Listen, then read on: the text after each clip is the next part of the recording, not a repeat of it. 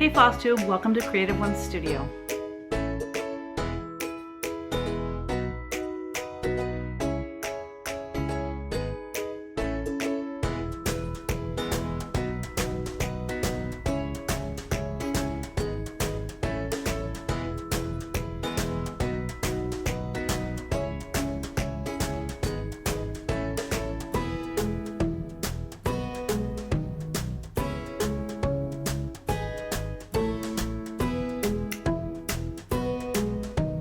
Hey friends, welcome back. Thank you for being here.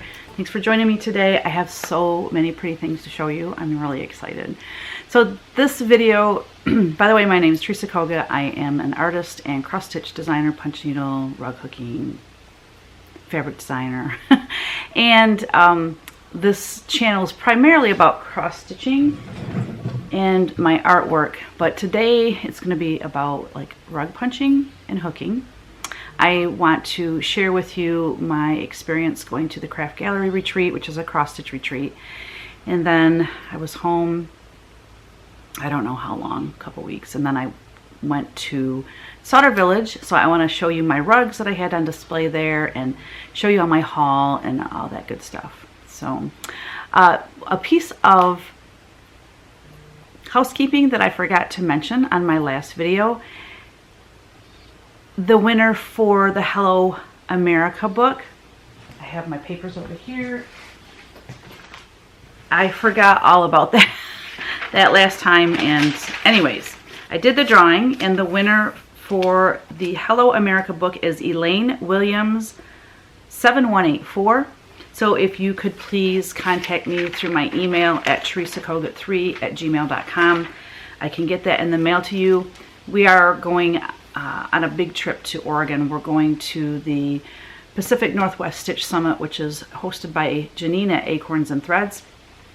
And we will be gone to the retreat, and it's in Portland, Oregon. And then we are staying out there to just explore the Pacific Northwest, and we're stoked about it. However, our son is here. Ryan stays here while we're away because he takes care of Athena, and while he's at work during the day, Kyle is here working. So if you email me, I can always have Kevin.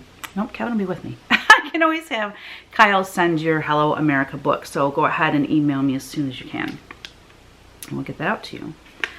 So Craft Gallery, I think that's, well,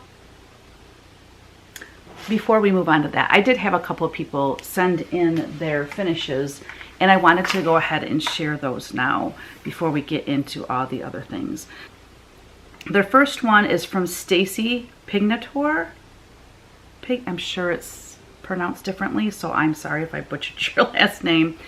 But Stacy stitched Patriotic Tweet. Patriotic Tweet. And this is what she had to say. She said, "Hi Teresa, I finished this piece in the late spring and I love how it turned out. I wanted to stitch this piece on a unique fabric and I loved every minute stitching it. I wanted to share it with you. It is stitched on 32 count Murano taupe, Hobby Lobby, that she got at Hobby Lobby, and then called for floss, stitched 2/2.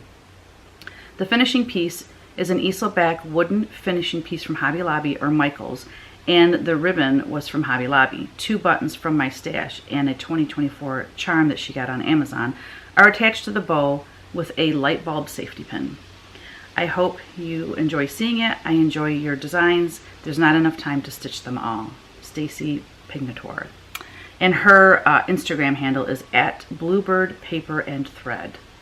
So thank you, Stacy, for sending that in. Very cute finish. I love that ribbon too. Yeah, that's very cool. Then we have, now this one, this is from Patty Nichols. So I saw this on Facebook, I believe, and I reached out to her to see if I could share it. I love this photo of her with her hand out underneath Land That I Love. She said, "Hi Teresa, I thought I would share this with you. I entered this in the Nashville Fair and won first place and best of show. Thank you so much for a beautiful design." Isn't that so cool? First place, you go girl. And then she sent me another message after I asked her if I could share it on Flosstube, and she said, "Thank you, and yes, please share. I have to tell you, I actually had a fireplace wall built in my house to hang this piece. It needed a very worthy spot." Isn't that cool? And she said I had to have the rug too. So the rug at the bottom, that is my design, but it's from Park Designs, manufactured that for me. So very cool. Thank you, Patty, for letting me share that with everyone. I love that. Very cool. All right, so if you have finished one of my pieces and you would like me to share it here in my Flosstube video, just email me at teresakogut3@gmail.com and I'll make sure to share that in my next video.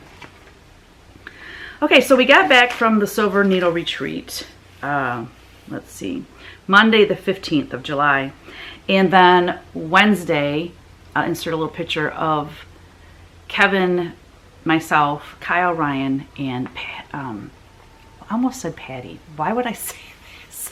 Sabrina. We went to the Earth, Wind, and Fire in Chicago concert at Pine Knob. We had a fabulous time. The music was incredible. Our seats were great. We just had so much fun. And other friends of ours were there too, and we got to hang out with them. So that was really a lot of fun.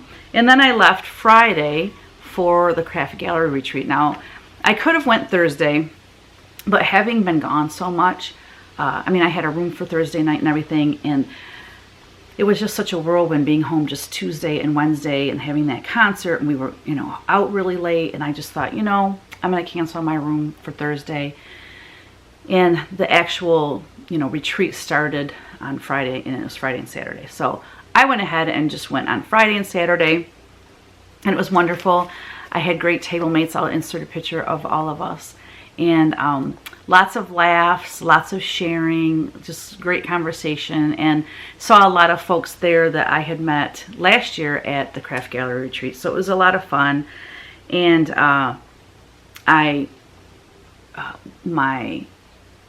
one of my model stitchers, Tammy Easterling, she is a prolific stitcher. She's very fast. She's very good. She has done so much stitching for me. She just started stitching, model stitching for me after last year's Craft Gallery. She had asked about model stitching, and so I hooked her up, and she has just been such a great addition to my model stitchers. And anyway, she was there with her mom, and I just love them both. They're so sweet.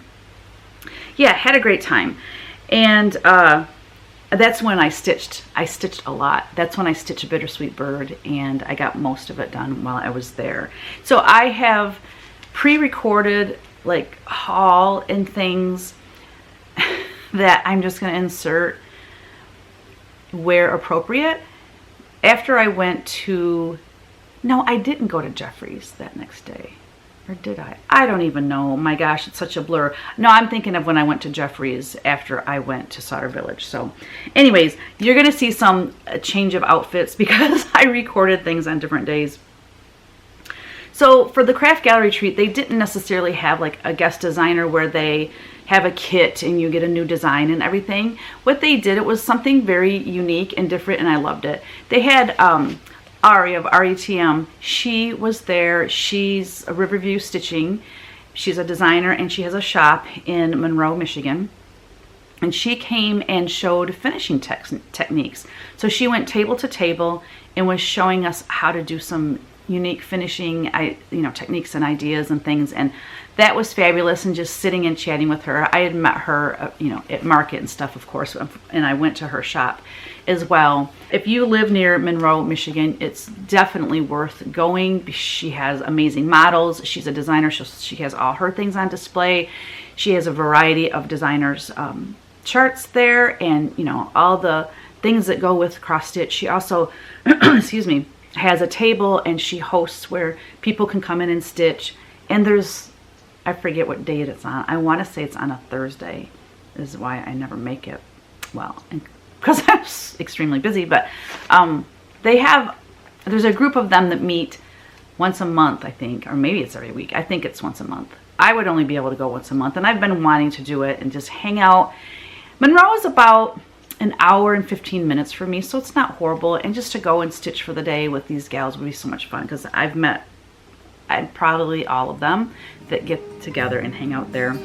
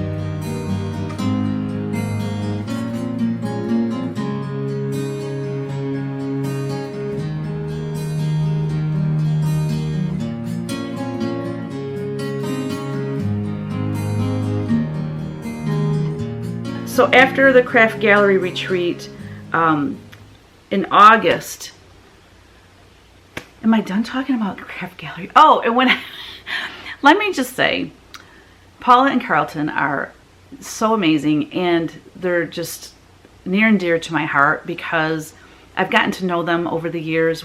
She does most of my framing, and I say most because I frame some things myself, but I don't do not even half as good a job as she does. But when I was there, it was great to reconnect with them and see them, and I picked up 6 pieces. Or no. See, I'm getting that mixed up when I went, because I went after Sauder Village. No, I dropped off 4 pieces, and she already had 2, I think, that were getting framed. So anyways, or maybe I sent 2 more. I don't remember, guys. This is why you need to do Flosstube consistently. That way you remember all your details. But anyways, yeah, so I know I dropped pieces off, and I think I picked up 2 pieces. That's what it was. I dropped off 4, I picked up 2, and I was so busy gabbing and gabbing and gabbing, I actually left, and I got a call from Paula, and she's like, hey, you forgot your stitched pieces, your framed pieces. And I'm like, wow, yeah, that's just how I roll, guys. So I think that's it about Craft Gallery. If you ever get to go to the retreats, it's amazing. The food is incredible. I love that the retreat is in the same building as where you eat and where you sleep. So, I mean, you don't have to stay there, but it's a very nice hotel, and it's nice to be able to run up to your room and grab something if you forgot it or whatever, and then just to walk out of that room and eat, and the food is fantastic. So in that, I think it's called the Finley Inn, and they have a restaurant there. And so they closed the restaurant down during that weekend because he's busy cooking for the retreat. So it's fabulous food, and I mean, it's a spread, and there's always dessert, and it's like, wear your stretchy pants, let's put it that way. So yeah, thank you for that, Paula and Carlton. You always do a great job. And then August 12th through the 18th, I was at Sauder Village. So my BFF Jan went with me. Oh my goodness, it was only 2.5 hours to get there.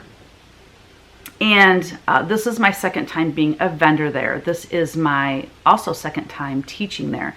So I vended a long time ago, probably, I don't even know, 10 years, maybe 15 years ago. I was a vendor there, and Kevin went with me because he had, he's in a couple tribute bands. He's in a Beatles tribute band, and he's in a Tom Petty tribute band. Well, back then he just was in the Shout is the name of his tribute band for the Beatles, and he had gigs in Ohio that same week. So it was very cool for him he helped me set up, and then he went and did his gig, and then he came back, and then a couple days later he went and did another gig, and he came back. So it worked out really nice that time. Anyways, he had gigs this time too, and not in Ohio, and so my best friend Jan went with me, and we had a fabulous time. We got there, we got set up. We were neighbors next to some amazing people. One was the Old Tattered Flag with Julie and her mom, Carol. I guess she's just known as Mom. And it was really nice to get to know them better, and I mean actually meet them, because I had never met them before, but being right next to them, it was, you get to talk to them a little bit more.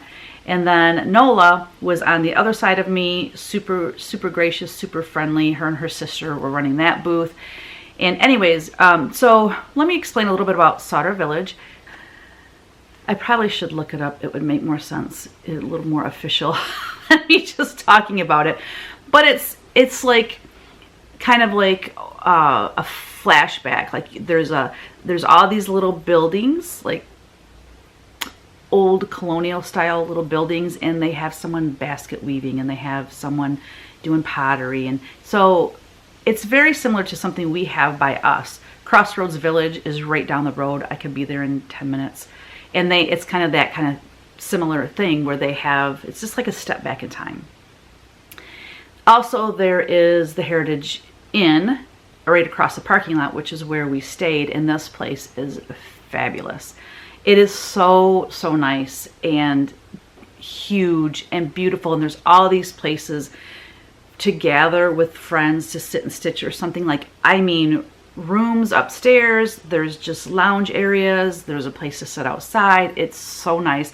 And then the barn restaurant is also right in that same parking lot. Fabulous food. They have a buffet, which I never ate at the buffet just because I would eat too much and be miserable. But Jan and I ate there. It was delicious food. Yeah, so it's all right there, you know, right in the same like parking lot. So that was really handy. So Sauder Village hosts, they have a separate building for like exhibits and classes and things like that. And they host, you know, quilt shows and all kinds of different things. Well, they also host Rug Hooking Week every year in August. I'm not sure how many years this has been going on. I will look it up, and if I find out, I will put it up here. But Rug Hooking Week is very popular, and it's growing, because when I was a vendor there before, when you walk in, it was like this gathering space, and this was where they would have the vendors, and there was only room for maybe 5 to 6 of us.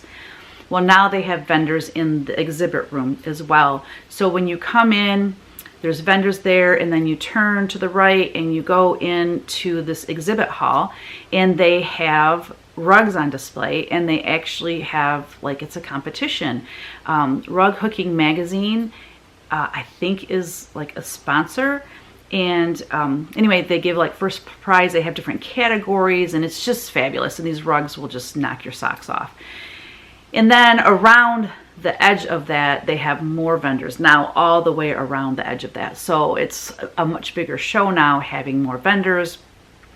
These vendors carry everything from wool to, you know, I mean, wool for rug hooking, but also for wool applique, all the things that go along with rug hooking, the needles and the binding tape and the this and the that. And also anything, like I got this mug, I know I already showed it in my haul, but you know, things that have to do with wool or rug hooking,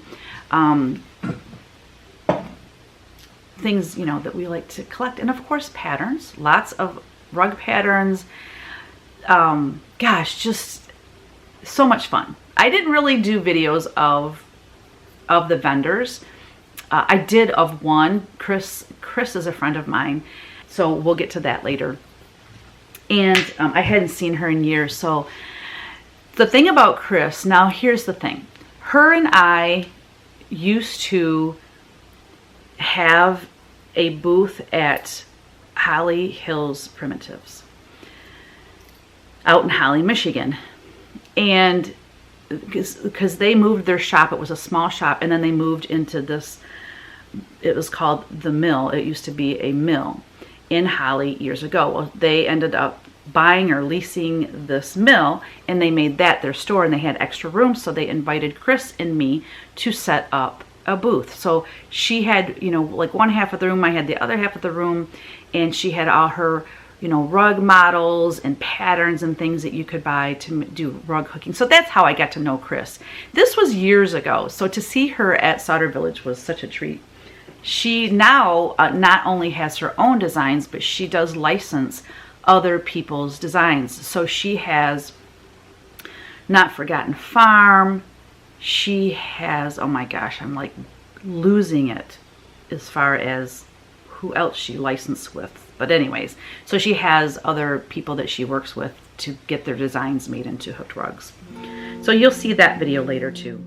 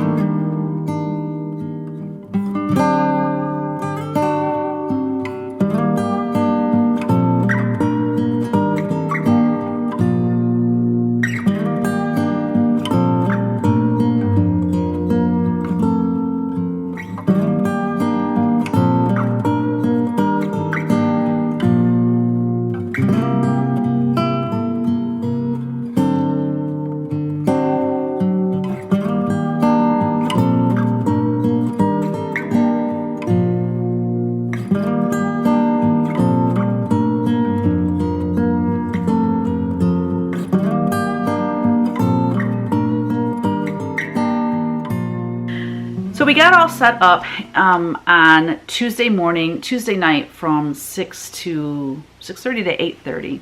They had like a little preview kind of show where anybody that was a teacher or a student taking classes, that's what I forgot to mention too, could come in and shop. So they got like early shopping privileges. They also host class. I forgot to mention that. So Sauder Village, there are a ton of classes that you can take. There's also a rug hooking like retreat. So over at the Heritage Inn, they have, you know, like the conference rooms like hotels do, and they have a room set up where people just go in there and hook rugs all day.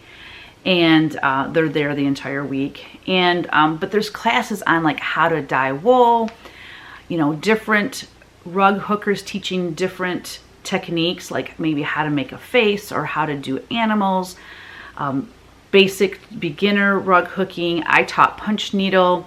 There's wool applique projects. There's all kinds of things that you can do and take classes in. So it's fabulous, guys. So if you're interested in learning any kind of skill like that or craft, you've got to check out Sauder Village. I will have it linked below where you can go and check it out and look at pictures, and then get on their email list and join their Facebook group so that you know when registration starts for classes for 2025.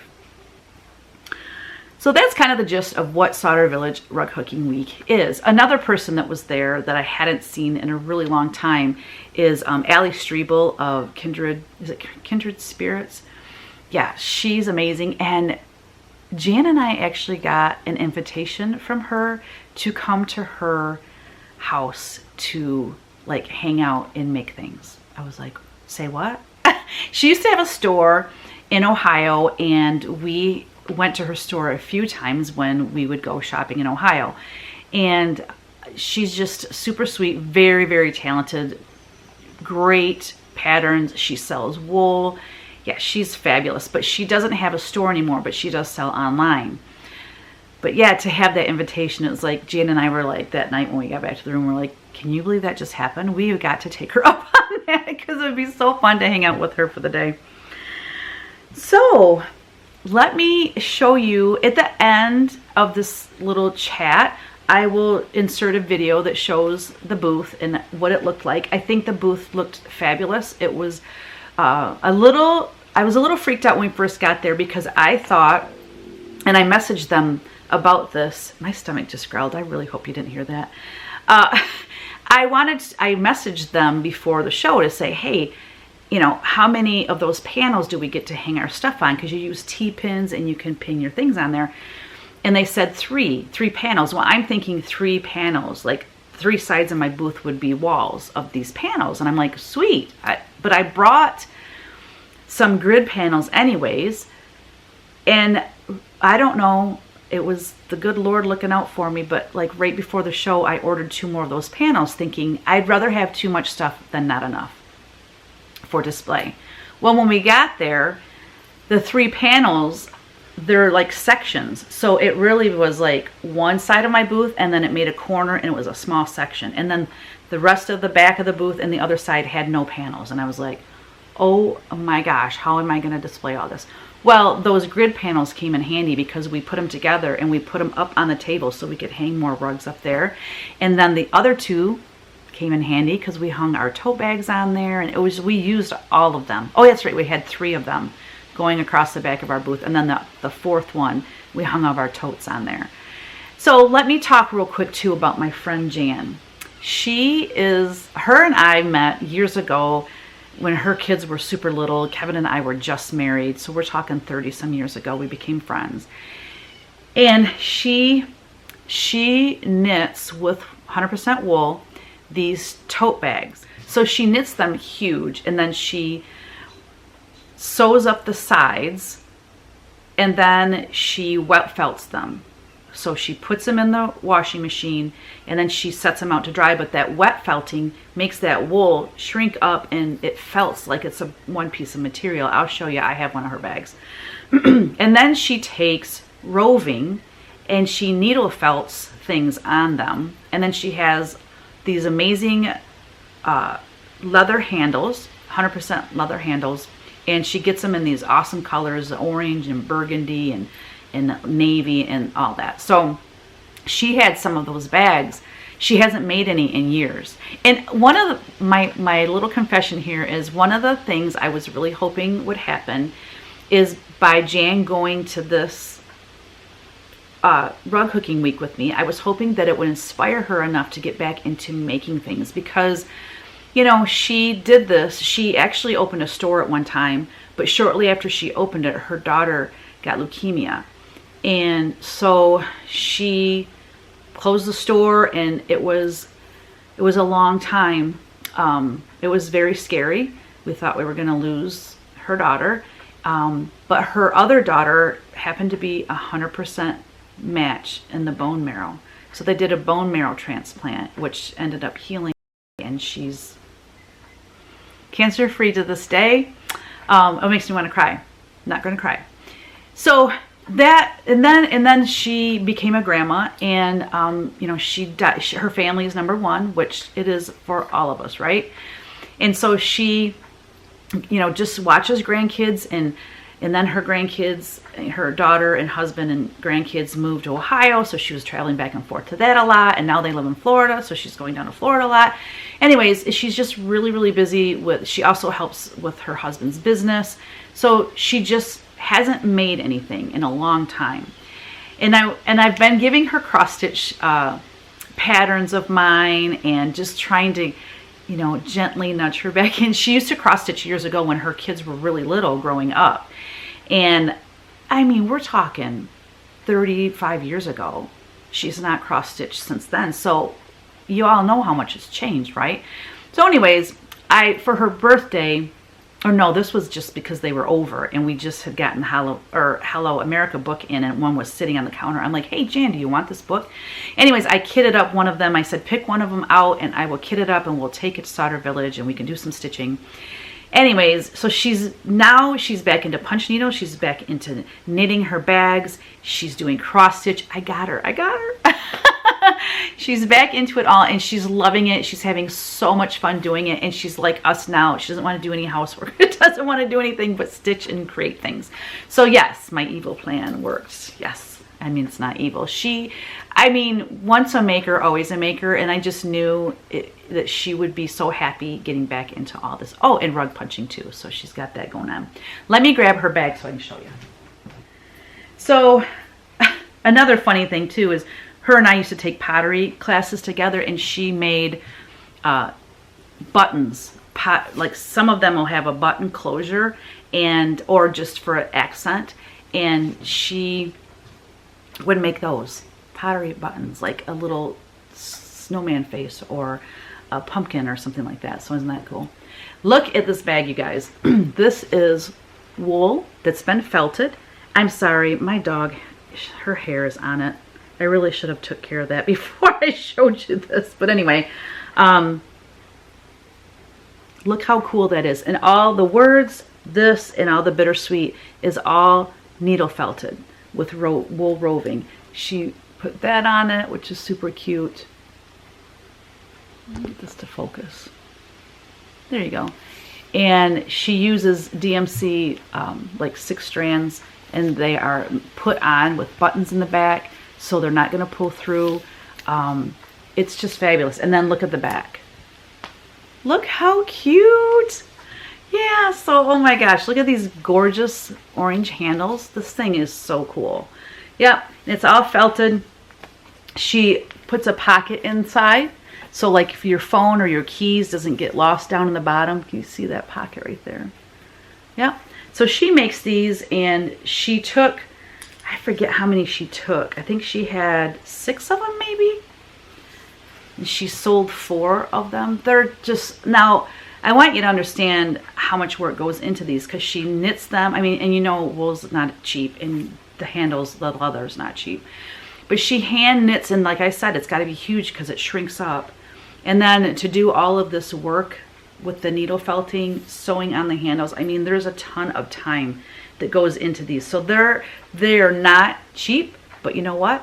They're well worth the price. They are fabulous. So she's back into making them again. So if you're interested, maybe I could do a search. How would I do that? Maybe put in in a comment something about felted tote, maybe. And that way I can maybe reach out to you when she has more.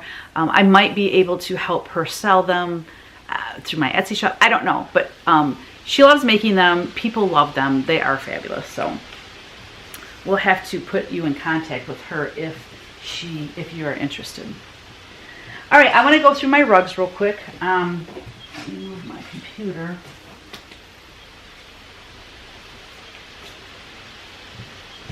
All right. Yeah, so I really thought I would sell a lot of rugs. Now, let me talk about a little bit about my rugs too. I am working with Michelle Mueller of Wild Hair Rug Studio. She used to have a store up in Elk Rapids, Michigan, and that is where I met her. I happened to be up there with friends, and I'm like, what is this place? Rug hooking studio, let's go. And so her and I met there. Anyway, she doesn't have her store anymore, but she's tracing my rugs for me because I don't have time and I just don't have the space anymore for this big, huge light box, okay? So this is, our arrangement is working out fabulous. If I get a rug order on Etsy, then I just write up an order to her, I email it to her, she sends it out, she gives me the tracking, and then I send that tracking to the customer. So yeah, she's wonderful to work with, and I got to meet her because before Sauder, I had her trace a ton of rugs for me, and we got to, rather than shipping them because it was very heavy, we got together because she's about, I don't know, 2.5, 3 hours north of me, and we met in Davison, and I paid her, I got my rug patterns, thought I'd sell the crap out of them, but I didn't. Because I didn't think about it, but I mean, everyone's there selling rug patterns and things. So I sold more punch needle. So much so that I had to have Kevin overnight more punch needle patterns. So we'd have something to sell. But here we go. This is House Divided. Now, I have just a very small amount of my patterns on Etsy right now. I have, I don't know how many patterns I have, probably 35. Rug patterns, and my goal is after this trip to Oregon is to get those on my Etsy shop because I really want to get cranking on these. But isn't this really pretty? I love the colors in this one, those flowers with, it's very fallish with those orange flowers. A House Divided cannot stand. And so I just whipped my edges. I don't know if you really can see that, but there you go. There's different ways of finishing. I saw Michelle Palmer there too. She had some rugs on display. You'll see that too. That's going to be in the video. So I thought, oh, I bet she's going to be here to pick up her rugs. And sure enough, her and her husband were there on the last day. It was so great to see Michelle. If you are not familiar with Michelle, I will put her information below. But so her and I, we became friends because we were both licensed with Linda McDonald. And, you know, she's an amazing watercolor artist. And so we both were with the same agent. And so we would see each other when we would go to Atlanta for the Atlanta Gift Mart. And anyways, we both kind of left our agent around the same time and kind of held each other's hands through that because it was a very difficult transition. And she got into, you know, opening an Etsy shop and selling her paintings, and she draws on cloth, then like ink drawings on cloth. Her illustrations are fabulous. And you can buy those in her Etsy shop and then sew them into a project bag or what have you. And then she got into designing rugs and punch needle. And you've probably seen her in the Punch Needle Primitive Stitcher magazine. She's amazing. She's so talented. And it was great to meet up with her again. I saw her there last year as well. Last year she was a teacher. But she'll probably be back teaching because everyone loves Michelle.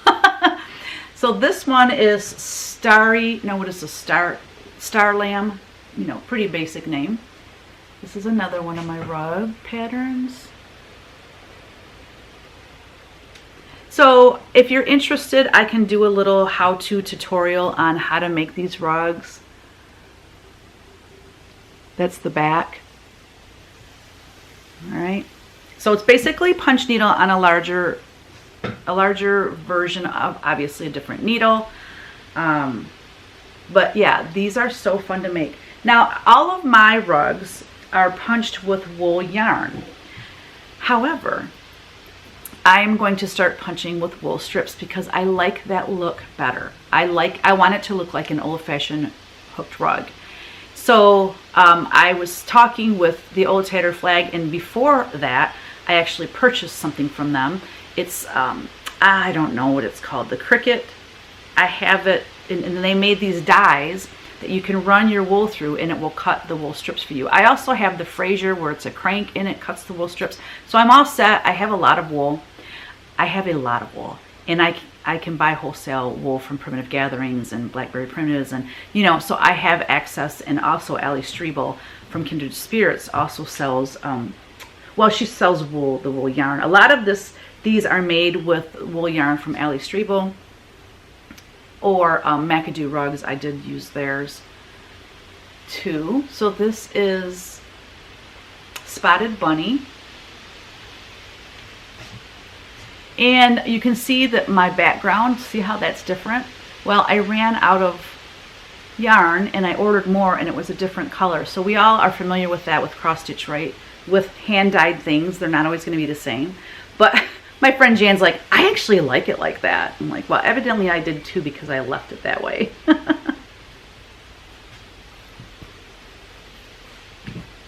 All right.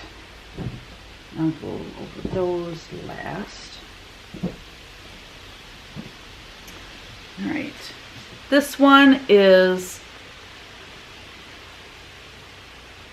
no, I don't remember the title of it. I don't remember. Patriotic Sheep, I think it is. Anyways, this is the small one. I also offer it in a large one. This is just a nice size to put on a tabletop or something, but I do offer it in a larger pattern if you want it like for the floor or more of a statement on the wall. Again, I like how this one I did the whip stitch with burgundy wool yarn.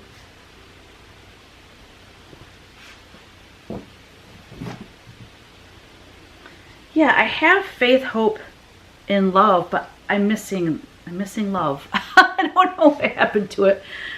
That's upside down.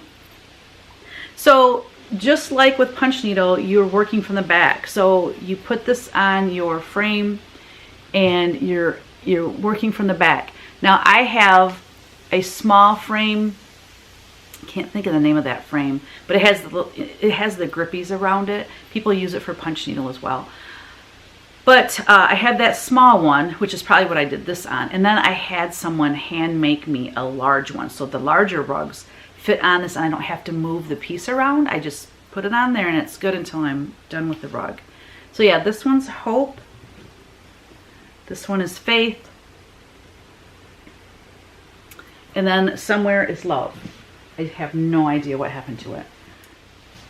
This one is called Santa's Tree.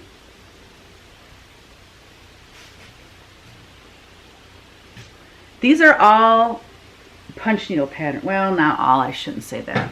The Faith and the Hope is not a punch needle pattern, but all those other ones are punch needle patterns as well. This one though, in the punch needle, it's just the Santa. Where it says "'Tis the Season" on the sides, I added that to make it more of a rug shape. Again, whip stitched edges. This one is called Scarecrow. This one's pretty big. As you can see, they're kind of hard to hold up.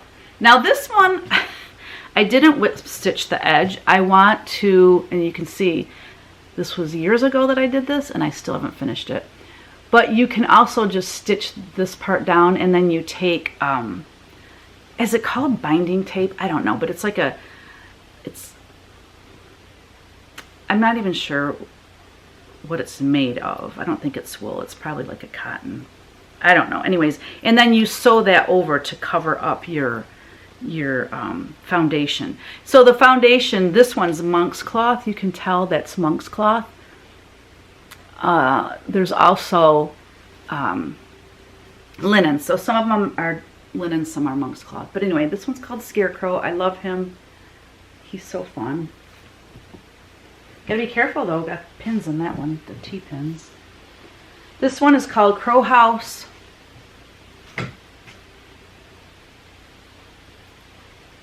So big, it's so hard to show them. That one again is whip stitched on the edge. That was my favorite way of finishing them, obviously. And what I like about it too is that on the back that way, it's completely finished. So front looks as good as the back, or back looks as good as the front. Then we have this adorable piece. This one's called Boo. Not just B-O-O, but B-O-O-O-O-O.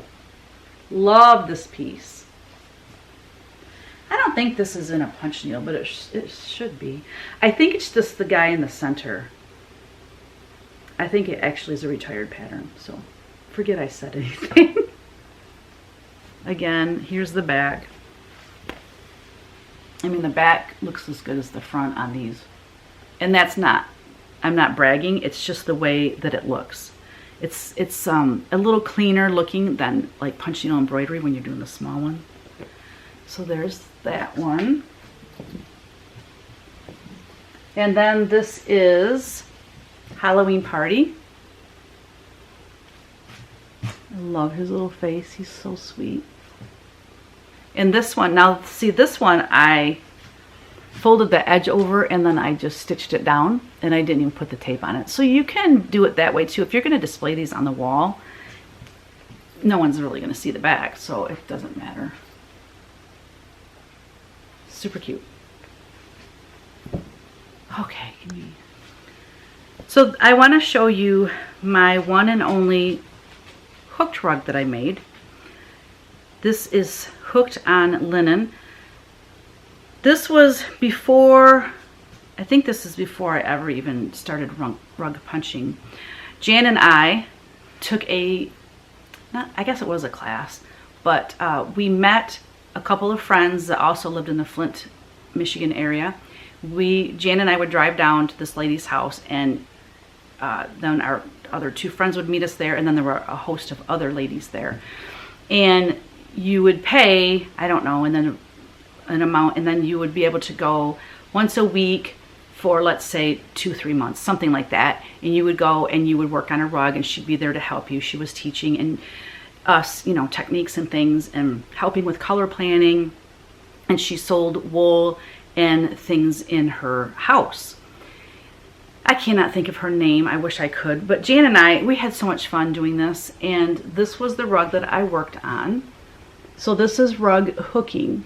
So rug hooking, the difference is you're working from the front. It's a whole different hook. And a lot of people really like rug hooking because you are working from the front, so you can see what it looks like as you go. You don't have to keep turning it over to look at it. So you put so here's your foundation cloth, whether it's monk's or linen. You have your hand underneath and you have a hand on top. So you're holding the wool strip with your hand underneath, and you push the needle down in and you hook it and you bring it to the front. So you are responsible for making sure that all the loops are the same height. You are in control of that. You can make them as long or as short as you want, but you want them to be consistent. Where with rug punching, it's like punch needle. You're working from the back and you're pushing it in all the way until it won't go in anymore. You pull it out, move it over, punch it in, move over, or pull it out, punch it in, you know. So your needle is making the height consistent. That's the main difference. This is the one I made, Watermelon Crows, and I think for my first hooked rug, it's not too shabby.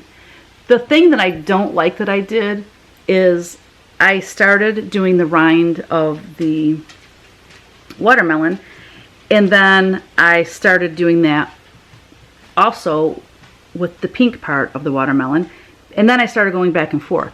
I wish I would have done the rind like that and then all of the pink going back and forth instead of some of it coming down like that and then some back and forth. Anyways, but this was so fun to do. I really enjoyed it. It's way slower than doing rug punching, but I think it's really, really pretty. Look at that. I just love the look. I love the look of the wool strips, I have to say. So that's my one and only hooked rug. So then when I came out with this design, let's see. Yeah, Rhonda Thomas of Ohio. This was in 2017. I'm so glad she put that on there. I saw this in her, I don't know if it was her Etsy shop or what, but this is my pattern, and she made some up to sell. And when I saw it, I was like, I have to have that. Isn't it fabulous? Look at this. So she has the wool strips hanging off. Oh my gosh, look at his sweet little face. I love this so much. So thank you, Rhonda, for, yeah, I like how she did the border around there too. Doesn't it look so good? This little pink nose. Oh, I just love this. So yeah, so stinking cute. I love the size of it too. Well, then when Michelle and I got together started working together, she made one as well, and she did it in a different colorway. I always love, like we all do, to see things in a different colorway. So this is the one she made, and she did hers with the wool yarn. Look at this yarn. Isn't it fabulous? So good. So stinking cute. Yeah, very, very cute. And her finish, look at how good she finishes her edge. Very nice. So yeah, isn't it adorable? So that is called For You. I just love both of those. And then she made this one. This is called Carrots and Tulips, something like that. This little bunny she made, and I ended up purchasing these from her so I'd have them in for display. So cute. And then she also, so the plan was she was going to make a bunch of models, and then we were going to sell kits because she used to dye the wool yarn. Well, her and her husband decided, you know, it's time to travel more. They wanted to do, you know, have more free time. And so she's not dyeing yarn anymore. So making all of the models really wasn't in the cards anymore. So, excuse me. So anyways, just wanted to throw that out there because I know people will say, well, where do you get the yarn? I want to make that. Well, it used to be able to get it right from Michelle, but she has retired from that part of the business. Look how adorable this is. She's so good at it. Look at that yarn in the back. And this was all the yarn that she used to dye. Isn't it fabulous? I love it. Oh, Michelle, so good. Then she surprised me. Like, I think it was maybe 2 days, 3 days before we left for Sauder Village. I got this in the mail as a surprise. Now, so when you purchase rugs from my Etsy shop, you can choose if you want a punch rug or a hook rug. And the reason that matters is because if you are punching, the words have to be backwards because you're working from the back side, just like with punch needle, right? Your words will be backwards. I knew that going to Sauder Village, that they're all rug hookers, and they will be working from the front of the foundation cloth, which is linen or monks. And so I had her make them all for hooked rugs. So the genius that Michelle is said, well, I wanted to send this to you so that people can see if you purchase a hooked rug pattern, but you are a rug puncher, you can still do it. So let me just show you what she did. So can you see how the words are recessed? Okay. So what she did is she punched the word hope. She punched the word hope. And then she flipped it over and she punched the background and all of the rest of it. So what that did, as you can see, Hope on this side is raised up. But if she punched the whole thing, if she punched the words and the background, then the words would be backwards. Does that make sense? I'm probably confusing the heck out of you because I'm even getting confused. Gosh, in this conversation. Athena, quit. Gosh, she scared the bejesus out of me. Boo, quit. Come here. Gosh, my dog is a psycho. Whew. So, I don't know what the heck she's barking at. I mean, we have construction people here. I don't know why she's barking all of a sudden. And it still looks fine, right? It's just that it's recessed. I don't know if you can really see that. So she punched Hope on this side, then she flipped it over and punched all the background in the border and everything. That's how you can make a punch rug out of a hooked rug pattern if it has words on it. What I really, really love that she did is she then used wool. Look at how cute that is for the O. Oh my goodness, I absolutely love that. So she just put that in the O. I mean, it's just fabulous. So, so good.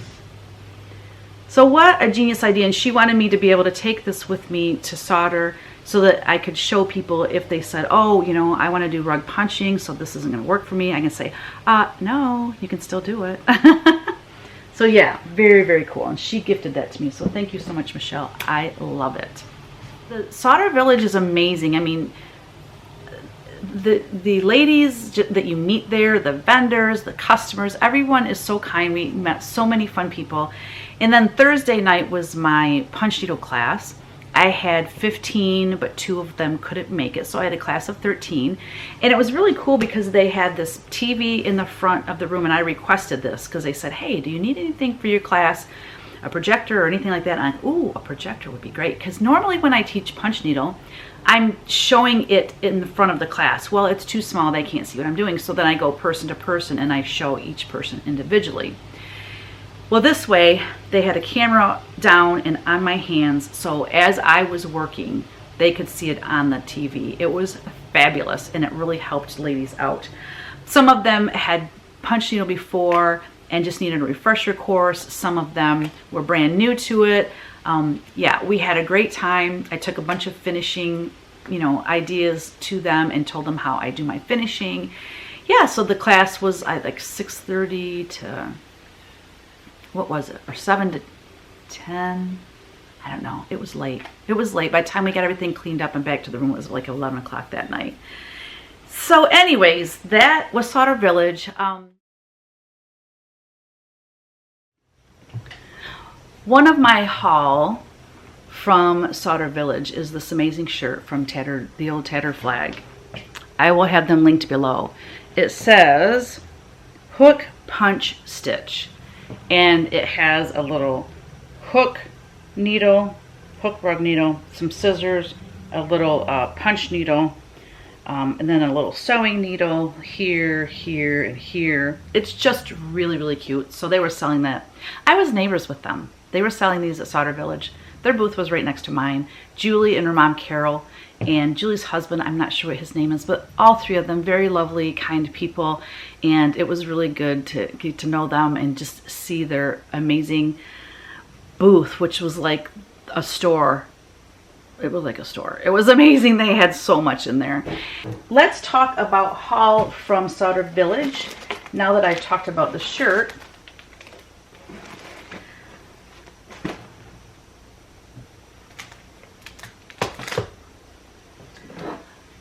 another one of my neighbors was Teresa Miller of Teresa's Primitive Treasures. Her and her husband and her son and daughter-in-law were there.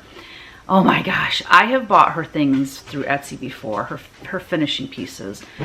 I love that they come already stained and grungied up so beautifully. And it's just nice not to have to do it yourself sometimes. So I have purchased from her before, but to see her whole booth, oh wow, it was amazing. And she is so sweet. I've met her before at a show that I was not vending at, but I was just there. I can't remember where this was. It was outdoors. I remember that it was in a tent. This was years and years ago, but never really got to talk with her. And so that was fabulous, getting to know her better. She's so kind. I could have spent like $1,000 in her booth. So here's the 2 small pieces that I got. This one, it looks like it's maybe 6 by 4, 4 by 6. And this one here, look at her paint job. It's so cool. I love it. It smells like stain. Oh, God, I love that smell. It reminds me of our primitive folk days. When we had primitive folk, we used to hand paint, sand, and stain all of our frames. So I don't know if you've been around long enough to hear me talk about primitive folk. Primitive folk was our first business, and we sold my prints, framed prints, to gift shops across the nation, like country gift shops. And we had a 980 square foot home, and at one time we had 6 employees running a business out of that small house with 1 bathroom. It was nuts. But that smell of those frames after they have been painted, sanded, and stained, that's what this reminds me of. Oh, flashbacks of amazing memories. So much fun. So much fun. I would like to do like a little, I don't know if my friend Jan would ever do it, but my friend Jan that went with me to Sauder Village, her and I have been besties for a long time, very long time. And she used to work with us in primitive folk, and we have so many stories to tell about our primitive folk days. And she'll probably remember more than me. She has a really good memory. This is another piece that I purchased.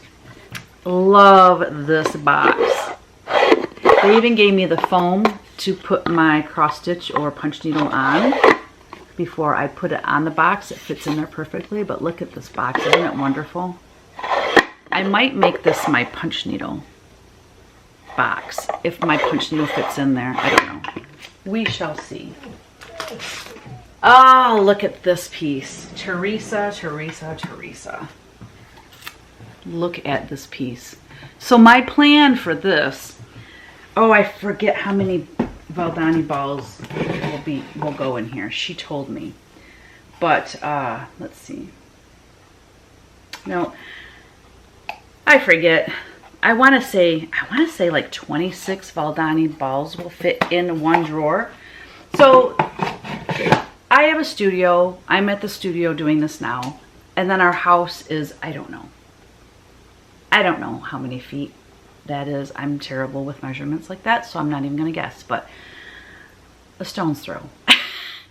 Well, maybe not. A couple stone throws. I would have to throw it and then pick it up and throw it again to hit the house, because it's a little farther than a stone's throw. Anyway, sometimes I'm up at the house working on a project and I run out of the floss that I'm using. So I have to either come all the way back down here, and sometimes it's late at night and it's dark, and so I just wait for the next day that time. You know, if it's late like that, I'll just wait for the next day.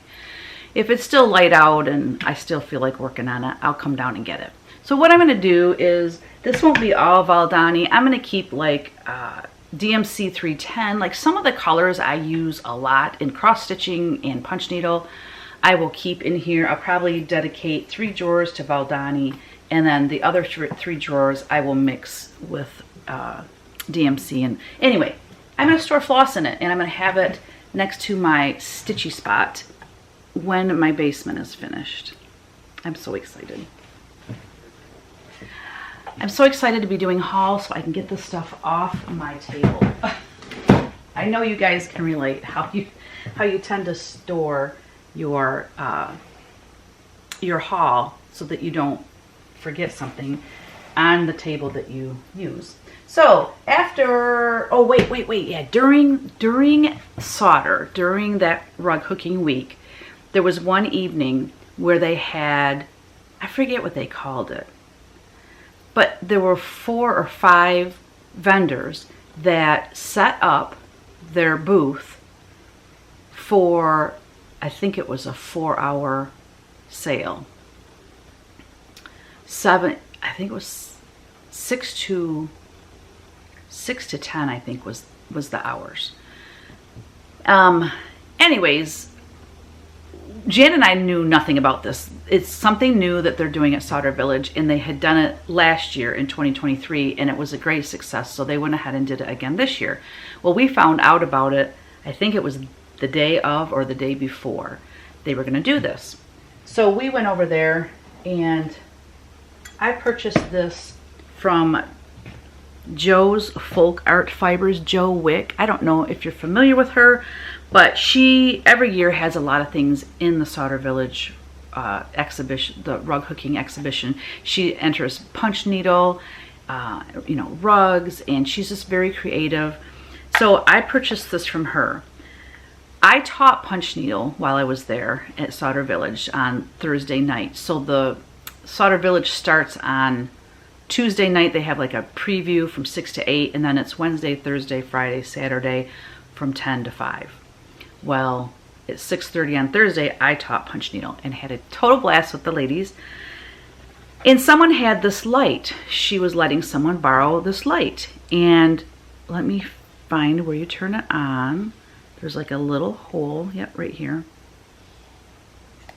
I don't think her light had the wool over it. She just had the little light. She was letting someone borrow it. Look how bright that puppy is. Can you see it? Oh yeah, right there. Look how bright it is. And it's rechargeable. She said that she has used hers for 2 years and has not had to recharge it yet. So you can turn it. It's bendable. You can get this on Amazon. I will have a link below to the link where you can purchase this. It's just the light. But what Joe did, let me turn it off so it's not blinding you and me. Oh, it's got 2 settings? Oh, it's got a low and a high. Well, Joe wanted to decorate it and make it super cute, so she made a felt, or not felt, a wool cover for it with that super cute heart. And then this is a magnet. So she has a magnet here, a really big magnet, and then a really big magnet here. And it's super strong, as you can see, like super strong. So while you are working on, it's for rug hookers, so while you're working on your rug, it's kind of like a needle minder basically. Or no, it's like, I was gonna say, because I've seen these where it's to hold your scissors, but it's strong enough that a small pair of scissors might attach to that. I don't know, but this magnet's awesome. So I got that from Joe. Love it. Since I'm talking about, oh, and I got this, I'm sorry, this was the other thing I bought during that little pop-up shop that people were doing. Like I said, there was like maybe 5 vendors there, and it was a zoo. Oh, it was a zoo. And it wasn't in where all the other vendors were. It was actually at the Heritage Inn, just across the parking lot from the rug hooking show. I don't remember the booth name of where I bought this, but I love this fabric. And I can see doing like a little cross stitch right here. Even if it was just like USA and make a little pillow. I love it. Well, during my class, punch needle class, I had a very kind lady. I'm not going to give a last name because I don't have approval to do that, but she made this, decorated the envelope really cute. She gave me this amazing card. Teresa, I wanted to give you some special things I made. I know you love sheep. I am so excited to meet you and take your punch needle class. You are my favorite artist. Keep designing all of your adorable things. You make the world a much happier place. I hold you very close to my heart. Love, Renee. That is just so amazing. So she made these things for me, and it's just so kind. Let me get that right. So there's this little flag charm, and then it's a sheep. Folk art looking sheep. It's not my artwork, just to be clear. Little folk art sheep. What does it say? It says freedom. So yeah, super cute. And she also made this. Look at this, you guys. Let me get out of the screen. Look at how adorable this is. It is so stinking cute. Oh, gal, I'm spoiled. So thank you, Renee, so much. I cherish both of them. And now I can actually display the heart and use this now that I've shown it. I forgot to show you this. My friend Jan that went with me to Sauder Village and helped me in my booth, she gave this to me, and it's so cool. So this is an antique silver platter. This doily was her grandmother made that, and she has a bunch of them, so she gave one to me, which is so sweet. So that is the base for this super cool candle. Sand and Fog Harvest Hauntings. But look at the top. It's ghosts.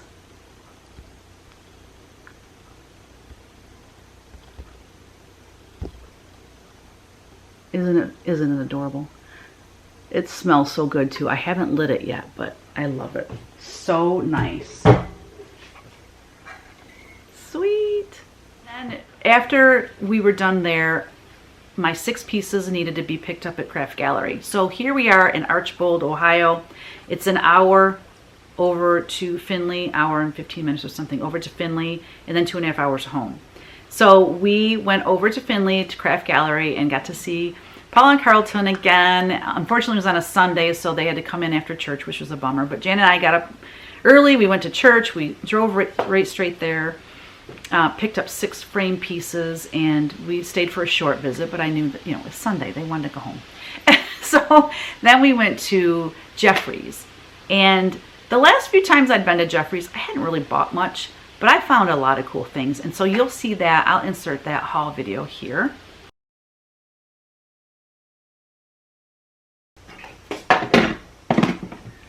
Like I said, after Sauder Village, Jan and I drove from Archbold over east and a little bit north over to Findlay, Ohio, where we met Paula and Carlton at the Craft Gallery. I hated to do that to them on a Sunday, but it didn't make sense to drive 2.5 hours home and then have to eventually go 2.5 hours to pick my stuff up and then 2.5 hours back home. You know what I mean? So I went, I think it was an hour and 15 minutes from Archbold to Findlay and then 2.5 hours home. Made total sense to do it that way. And so I appreciate them, you know, coming in and doing that, meeting me after church for that. So after we did that, and I'm not showing you the frame things that I got because they are things to be released or for the Jingle Ball, or, you know, they're just things that I can't show you, which is unfortunate. You'll see them eventually. But we went to Jeffrey's afterwards, which is also in Findlay, Ohio, right off the expressway. And I love this to put a little punch needle or a round cross stitch in. It's just a little iron pan. I'm probably going to bend the handle a little bit more so it will hang straight. I'm always looking for things for finishing, and this little recipe box stole my heart. It's so cute. So put something on the front or put something on the top. Super cute.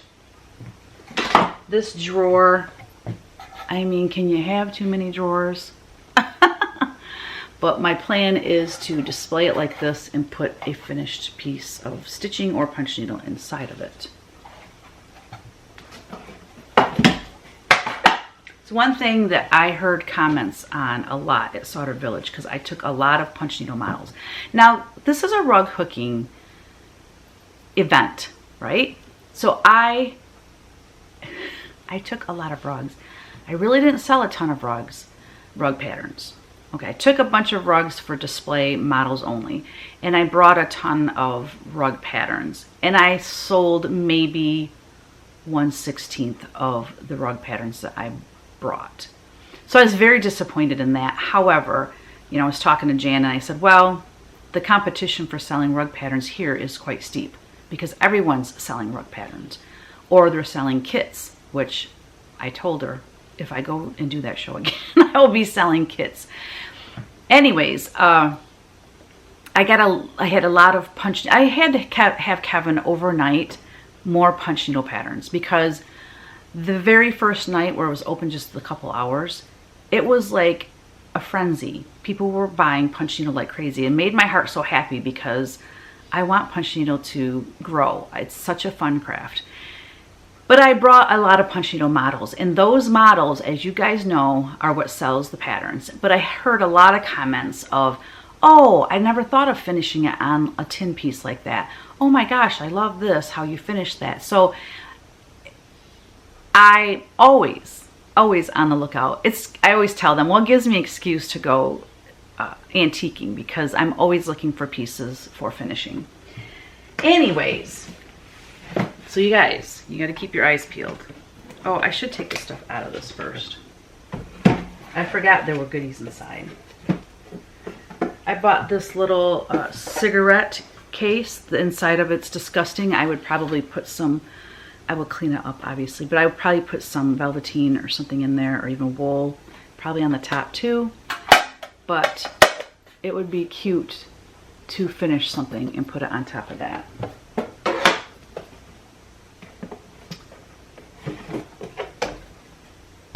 Oh, this Santa Claus book just grabbed my eyes. I saw this sitting in someone's booth at Jeffrey's, and I'm just like, I gotta have that. What did I pay for that? I usually don't pay much for my antique books, but if they're real special like this one's not one I would cover. This is just gonna be like a display during Christmas. I forget, I don't remember what I paid. It wasn't a lot. I have my receipts. Oh, this quit recording and I don't know where it stopped. I absolutely love this cane sugar bag. It says Jack Frost on it. No, I've never seen one like that before. And whenever I see something super unique like that, I have to grab it. It would be cute, like filled with something like, I don't know, just paper or something crumpled up inside, and then have it like squatty sitting, and then have maybe a little feather tree coming out of it. I don't know. It's super cute though. And as you know, so here, let me show you this. So this is Snickers and Pickle. This is one of the punch needle patterns that I sell. Is that blurry? It certainly is. There we go. Look how cute he is. I need to chart him for cross stitch. It's so stinking cute.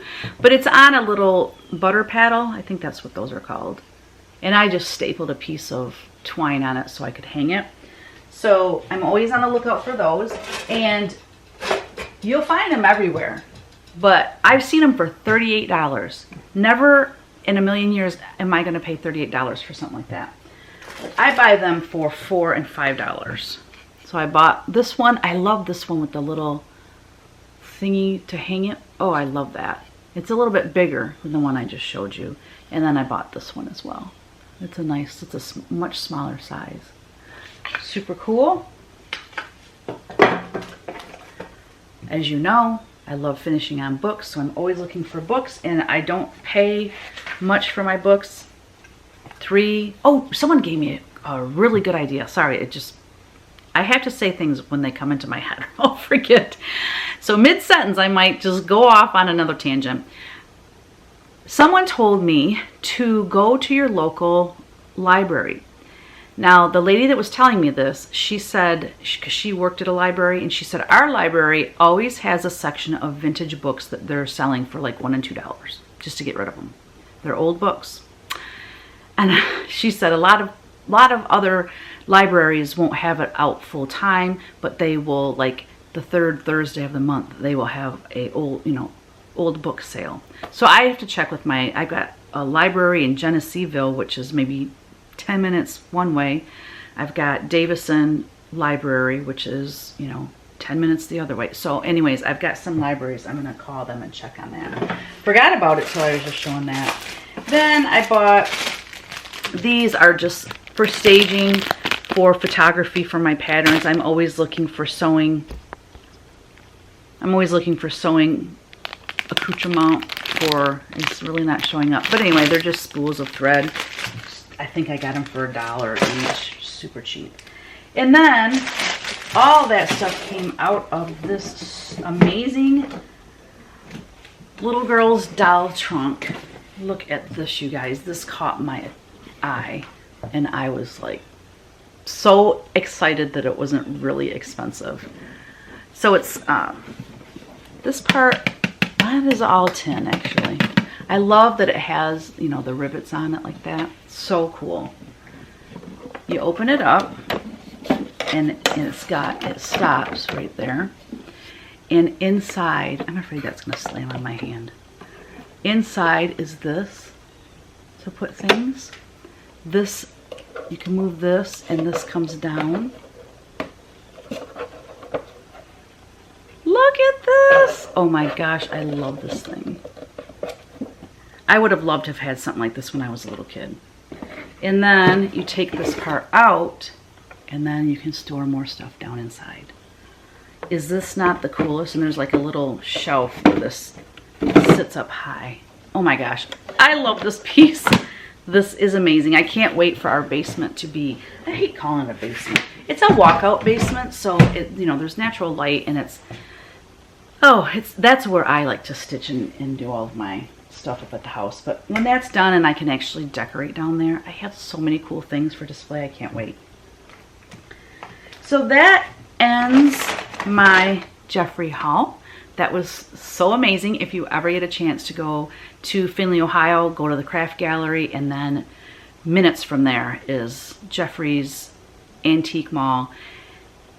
And then right behind Jeffrey's, or as you pull in, actually, it's before you get to Jeffrey's, there's the Homestead, like country gift shop. Now, the Homestead is the kind of store that Primitive Folk, you know, that we used to sell wholesale to with my framed art. So there's a lot of good shopping there in Findlay, Ohio.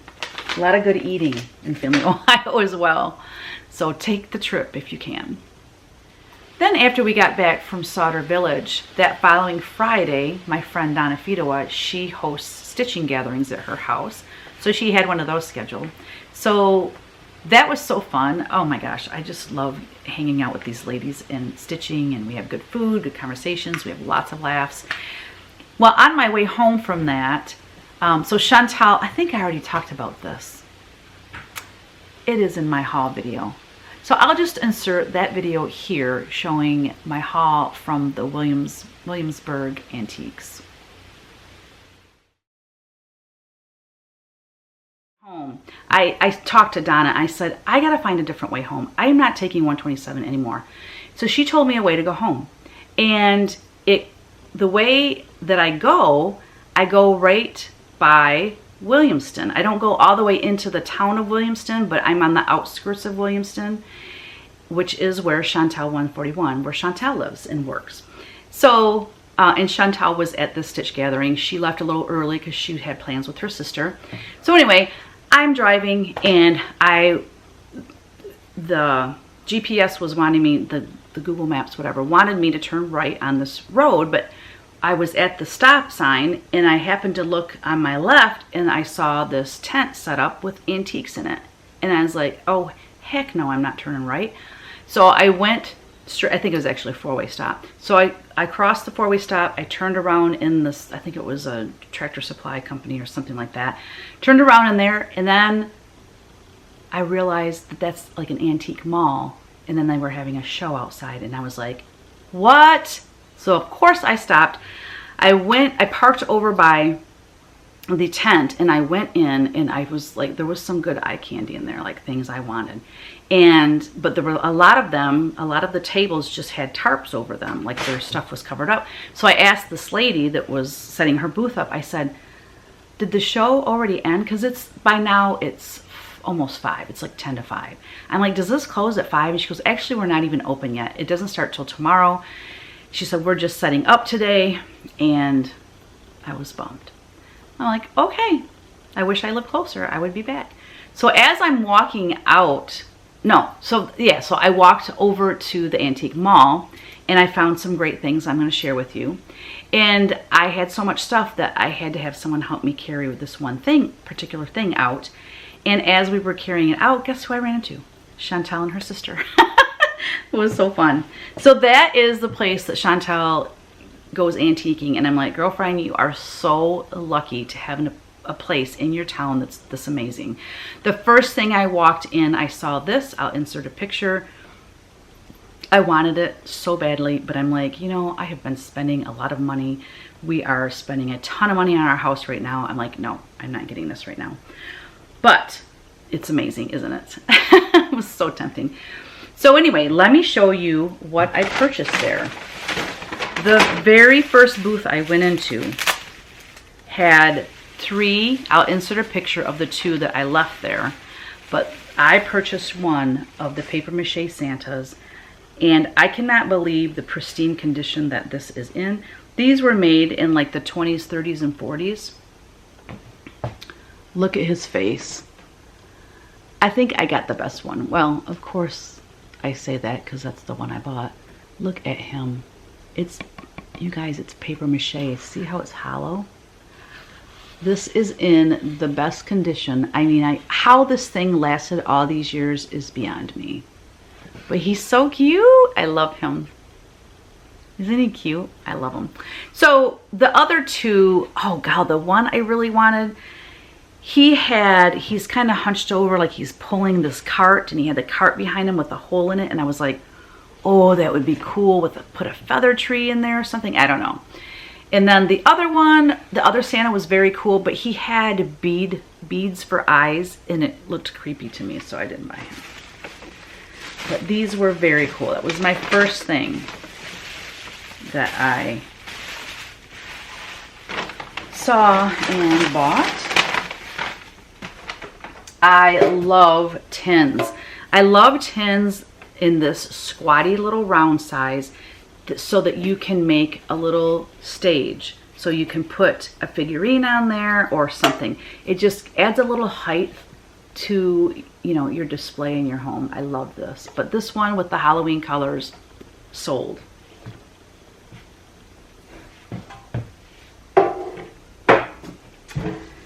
Oh, so in my red, white, and blue room, oh Lord, I forgot about these. I mean, I hit the jackpot with these tins.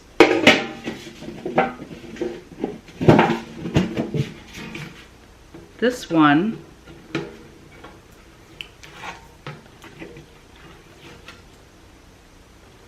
pretty sure I told you at some point, or at one point, that I have a spare bedroom that's all red, white, and blue. And I have this amazing shelf that I want my husband to put up for me, and this will go in that room as a display piece. Look at that. A1 donuts. Ah, it's red, white, and blue. So anything Halloween or red, white, and blue, sold. And here we have another Halloween color, and what got me on this one is the check. The check around the top and bottom. Oh my goodness, I love it. So orange, black, and cream. Perfect for Halloween displays. Another cigarette tin. I already showed you one of those. That's not that exciting. Oh, a flower. No, I think it's a. No, I know what this is. Ah, I didn't buy a flower frog. They had them there, but I have some and I don't need any more. But this is so fabulous when our bar is done in this basement. Look at this. This is a bottle opener. So you screw it into the wall. Here we go. Look! You open the bottle with his big giant teeth. Isn't he cool? Now, I like that it's grungy. I think a little touch up right here with the paint is warranted, just maybe a little bit, but he's so stinking cute. I love that. I've never seen, they had another one. I've never seen these before. They had one that was, oh God, no, I don't remember what that one was. If I took a picture, I'll share it with you. I'm also going to insert a picture of this peanut butter tin. Peanut butter tins are very popular and they're very expensive, but I've never seen one for this price. I want to say it was $4.95. It was hanging in this cabinet, in this glass cabinet case. And the tag was hanging and I couldn't see the price. So I was going to go get Victor and ask him to open the case, and I just hate doing that. And I'm like, oh, I already picked out these other tins. Do I really need it? And I'm like, well, let's just go on the other side of the glass case and see if we can see the price. Well, I went around the other side and I saw that price and I was like, ooh, you can stay right there. But it was so cool. It was very cool. Then I bought a antique book. I always love getting them in red, white, and blue, or orange color for Halloween finishes. And then one of these, because, you know, you can never have enough of these. What am I going to do with it? I don't know. I mean, I've seen people, like, sculpt an angel head. Like, you can make this into an angel, like, with some tin wings, but, like, take the paper clay and make a head. And then, oh, that would be super cool. So maybe that'll be in my future. And then the last piece I got at this place, it's called Williamston Antique Mall, I think is the name of it.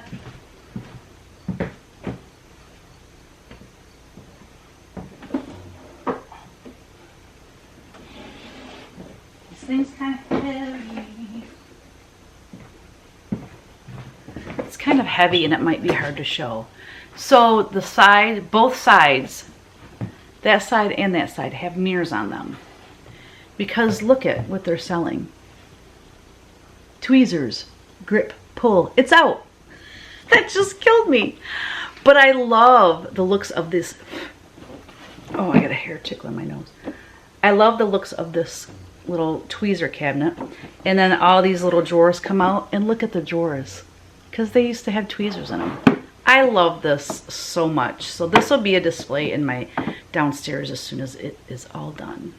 So that concludes my haul from Williamston Antique Mall.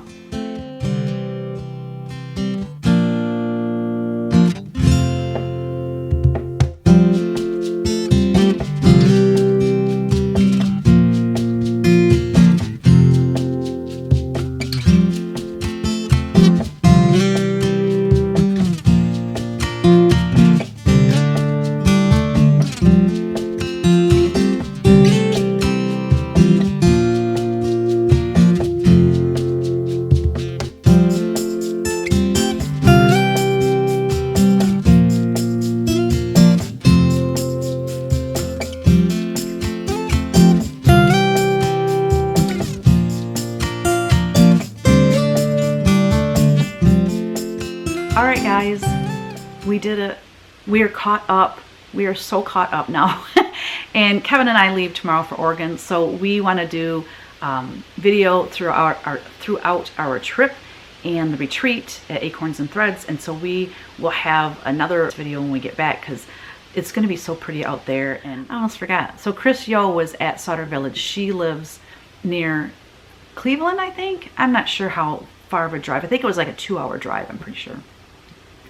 And she came to Sauder Village to see Jan and I, and we had a great time, and we went out to dinner together at the barn and just got to visit with her and get to know her better. She is such a doll. I love her. So yeah, I get to see her all the way out in Oregon. How crazy is that? Until next time, don't forget, create every day. Thanks for watching. Bye. There were a few things that I forgot to talk about in my video, so I was looking at my notes after the fact. Bad idea. Anyways, so in my last video, I showed it. Oh, I know what it was. It was Cheryl. She had sent something in for me to show that she had finished. And she had really cute bee pins. And I said, I don't know where she got those. Anyway, she reached out to me and she got those from Just Another Button Company. So in case you're interested in those pins, they're so cute. Also, I was asked to share the magnifying glass. I'm sorry, I'm looking out there. It almost looks like snow. There's some white stuff, obviously, seeds flying around in the yard. Anyway, it's a magnifying light that was recommended to me by Susan Coates. It's a 10-type magnifier. I will insert a picture and have a link below to that magnifying light. And then, let's see. Oh yeah, just real quick, I want to talk about Patreon. If you're not interested, then fast forward. But if you starting November 1st, if you join Patreon using your iPhone and using the Patreon app, Apple is going to charge you 30% more for your membership, which is ridiculous. So if you're already a member of Patreon, it's no worries to you. If you have not joined Patreon, but you plan to join Patreon, if you join after November 1st, my recommendation to you is to go to your desktop or laptop computer, go into patreon.com, and then join on your computer. Then after that, you could download the app. As long as you don't join using the Apple iPhone app, you'll be fine. Then you can download the app, and then you can log into your existing Patreon account, and you'll be good to go. But I want to throw that out there because November 1st will be here before you know it. And I'm not saying, you have to join now. I'm just saying after November 1st, if you join, just make sure you do it from a desktop computer, or even if you're on your phone or you're on your iPad, just make sure you don't sign up through the app. You want to sign up through the Patreon website. Okay? Otherwise, you're paying 30% more. Yeah, thanks, Apple. So anyway, I wanted to bring that up to you. And then something I just didn't even mention, and it's something that's really important to me, is a public shout out to my friend Jan for going with me to Sauder Village, because I could not have done this show without her. She was a tremendous help.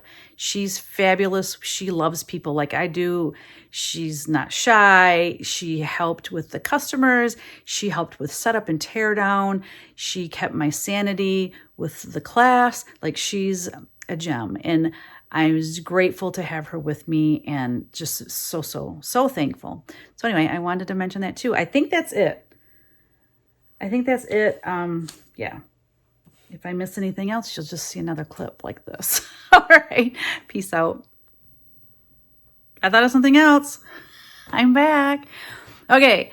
I did not know that my primitive I did not know that my primitive Santa would be in the exhibit at Sauder Village. Had I known that, I could have sold a bunch of rug patterns of it. I'm going to insert pictures of this amazing piece that was hooked and got a lot of attention. So it is on my website, or on my Etsy shop, and we have sold a bunch of them since we've been back from Sauder Village. But I wanted to share that with you because, wow, she did such an amazing job hooking this and the colors that she used. So anyways, I just wanted to share that with you guys. Hey guys, after I went to Donna's house and stitched all day Friday with friends at a stitch gathering, the next day I was at Linda's quilt shop. So from 10 to noon, and I had lunch break, but I ate my lunch over there. Anyways, and then I hung out until about, was it 2? I think it was about 2. Anyways, it was a meet and greet. Linda's quilt shop in Davison, Michigan, her and I connected years and years ago when I used to design fabric. And then we kind of lost contact, just raising kids, busy, that kind of thing. And I recently reconnected with her through Jeffrey. Now, Jeffrey is a friend that I met. We've become friends. She and I met in 2023, and she asked me to reproduce her great aunt's sampler. So I reproduced that. That's coming out the end of the month. Anyways, so Jeffrey, she goes to Linda's quilt shop all the time. And so they were talking, and Linda wanted me to come and do a meet and greet. So we've reconnected, and it was great to see her. She looks exactly the same. Her and her niece works there. Her niece, Chrissy, and her niece looks the same to me too. It's wonderful. And anyways, so it was so much fun. It was nice to be in my own area and meeting people that live around me. It was really cool. Most of them that were there were quilters. And, I did just a little talk, like how I got back into designing fabric and that. And then I had a trunk show there, and I just hung out with the ladies, and Garden Goose Stitcher, Teresa, lives in Lapeer, which is not far, and she came, and that was amazing to see her. So yeah, thank you, Linda, for inviting me to do that. Thank you, Jeffrey, for reconnecting Linda and I. And we just had a really good time, and I have a lot of pictures I want to share with you of the event, of my trunk show, and the beautiful things that they made out of my 2 new fabric lines, Bittersweet Farm and Up on the Housetop. They had quilts made, they had all kinds of tabletop things and just fabulous things. Makes me want so bad to quilt, so bad. Another thing that was very cool, my cousin, actually it's Kevin's cousin, but she used to own a quilt shop, and she lives in Millington, and she came, and I hadn't seen her in a very long time, so it was nice to see her. And anyways, I had a great time, and I just want to share that with you guys so you can see the pictures.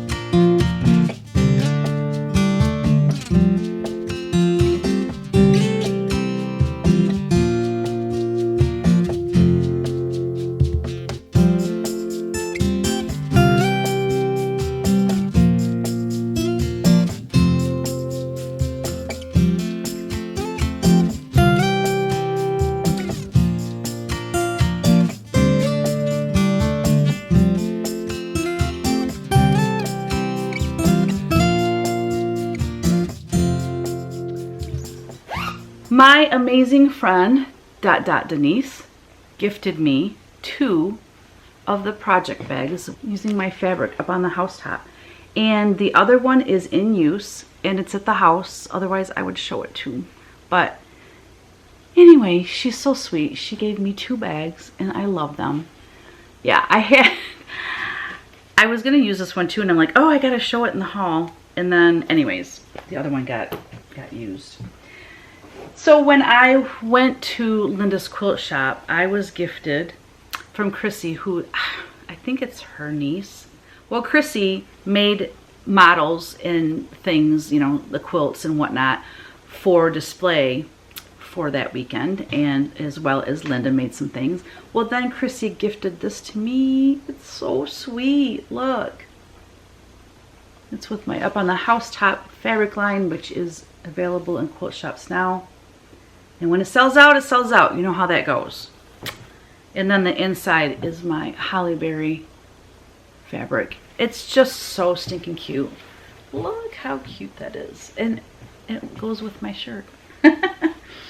And then Linda gifted me this, which is so adorable. And plus she also gave me a card with an amazing gift inside, which she did not need to do. Linda, if you're watching, very kind of you, but you did not need to do that. I was happy to come to your shop for for the afternoon. It was wonderful. But yeah, this is my favorite fabric in that line, is the Santa and the wreaths. I love it. Isn't it nice? Oh, it'll be so cute sitting on the couch at Christmas time. So thank you, ladies. Thank you for having me. Thank you to all the ladies and husbands that came out to see me at the meet and greet. I enjoyed meeting every one of you. But anyways, I hope you enjoyed that.